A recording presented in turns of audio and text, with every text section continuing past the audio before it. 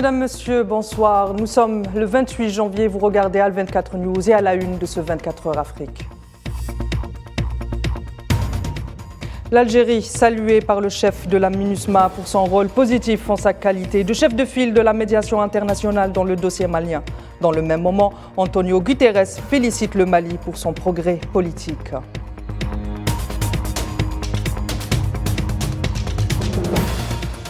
Au Burkina Faso, le départ acté des forces françaises la semaine dernière, accueilli par les Burkinabés comme un retour de la souveraineté nationale.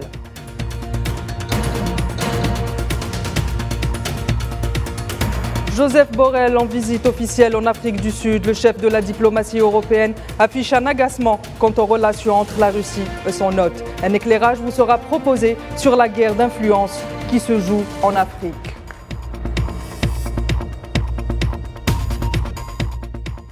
Et avant de développer les titres de l'actualité, on entame notre édition avec le deuxième tour des élections législatives en Tunisie.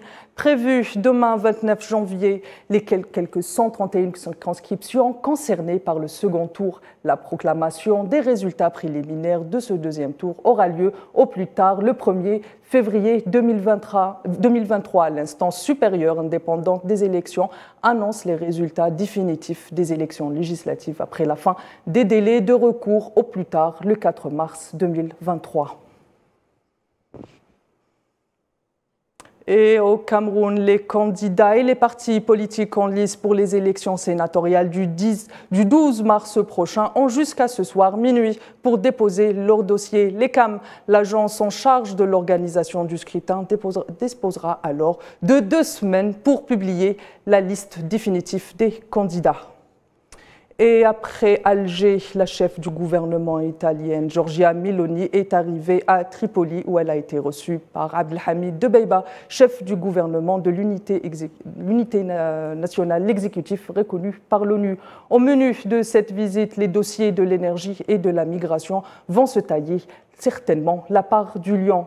On sait déjà qu'un accord sera signé aujourd'hui à Tripoli en présence de Meloni avec le géant pétrolier italien Eni.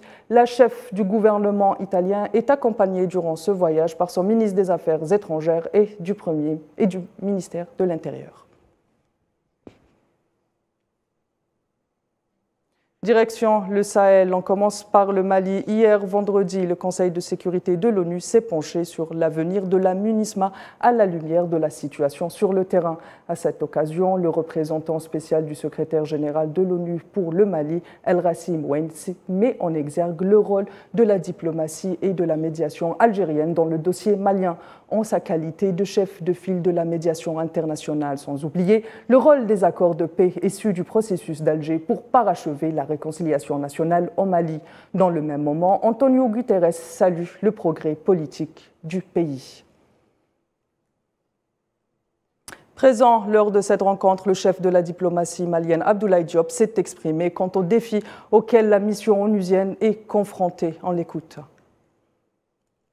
Je salue la convergence de vues sur les avancées notables réalisées durant la période sous examen. En effet, le gouvernement, dans sa volonté de refonder l'État malien, poursuit la mise en œuvre des réformes politiques et institutionnelles dans le cadre d'un processus à la fois transparent et inclusif.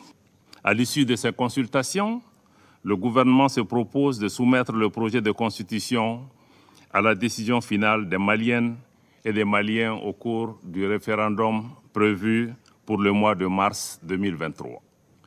Concernant l'accord pour la paix et la réconciliation issu du processus d'Alger, qui a suscité beaucoup de débats au sein de ce Conseil, je voudrais réitérer ici, encore une fois et solennellement, l'engagement du gouvernement du Mali à poursuivre sans équivoque sa mise en œuvre diligente, car nous restons convaincus que c'est la voie essentielle pour une stabilité durable dans notre pays. À présent, je vous propose d'écouter Massiri Diop, journaliste indépendant malien, qui va de son analyse quant à cette rencontre au Conseil de sécurité. On l'écoute. Bon, concernant la situation politique également, il y a des avancées assez remarquables. Par exemple, je parlais tout à l'heure de la finalisation de la mise en place de la commission chargée de finaliser le projet de nouvelle constitution. Il y a également la loi électorale qui a été adoptée. Il y a également l'autorité indépendante qui sera chargé un peu de la gestion du processus électoral qui vient d'être mise en place également. Donc, on note quand même quelques avancées. C'est vrai que le secrétaire général de l'ONU estime que c'est un peu timide et qu'il y a lieu d'accélérer un peu la cadence pour qu'on puisse être au rendez-vous de février 2024, censé marquer la fin de la transition. Et au Burkina Faso, c'est une journée de mobilisation qui a marqué l'actualité du pays. Le départ des forces françaises acté cette semaine a été accueilli en liesse par les Burkinabés qui ont envahi les rues des grandes villes du pays pour exprimer leur satisfaction et leur soutien à la transition. Ces manifestations ont été placées sous le signe du retour de la souveraineté, en particulier en ce qui concerne la lutte contre le terrorisme.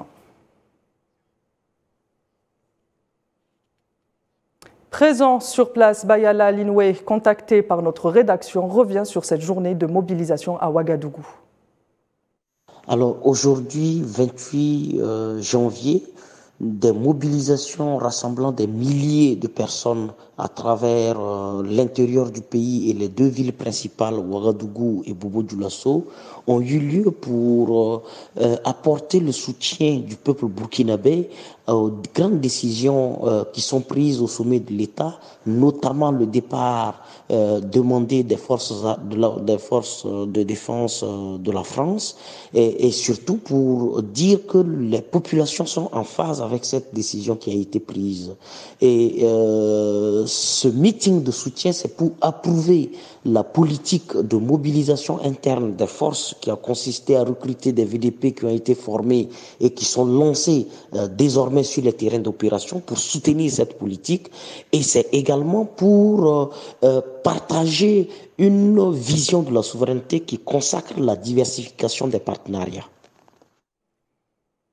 On le disait en titre, Joseph Borrell s'est rendu en Afrique du Sud aujourd'hui où il a été reçu par la ministre des Affaires étrangères du pays. Ces balais diplomatiques que sont en train de connaître l'Afrique posent beaucoup de questions sur les relations entre l'Afrique et les grandes puissances. Et chacun y va de son commentaire. Sergueï Lavrov se fustige l'Occident, Janet Yellen et Joseph Borrell font de même.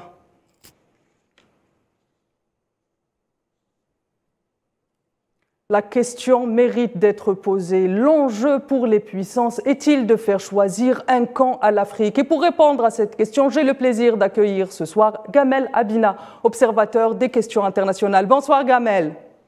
Bonsoir, merci pour l'invitation. Merci d'avoir accepté notre invitation. Gamel Abina, alors les grandes puissances qui sont clairement en guerre d'influence en Afrique, et pas que économique, veulent-elles à tout prix imposer un camp à l'Afrique? Alors de fait, elles imposent un camp depuis le 24 février, puisqu'évidemment l'invasion russe de l'Ukraine a créé une partition qui rappelle un peu la guerre froide pour certains abords du monde, en deux parties, le clan occidental et le clan oriental, qui est le clan russo-chinois, indien, turc, dans une moindre mesure iranien. Donc en substance, l'Afrique se trouve à nouveau redevenir une sorte de nouveau grand échiquier mondial dans lequel les grandes puissances cherchent à pousser leurs pièces. La différence notoire, c'est que à l'époque de la guerre froide, effectivement, deux idéologies s'affrontaient, le communisme contre le capitalisme. Aujourd'hui, c'est plus le cas.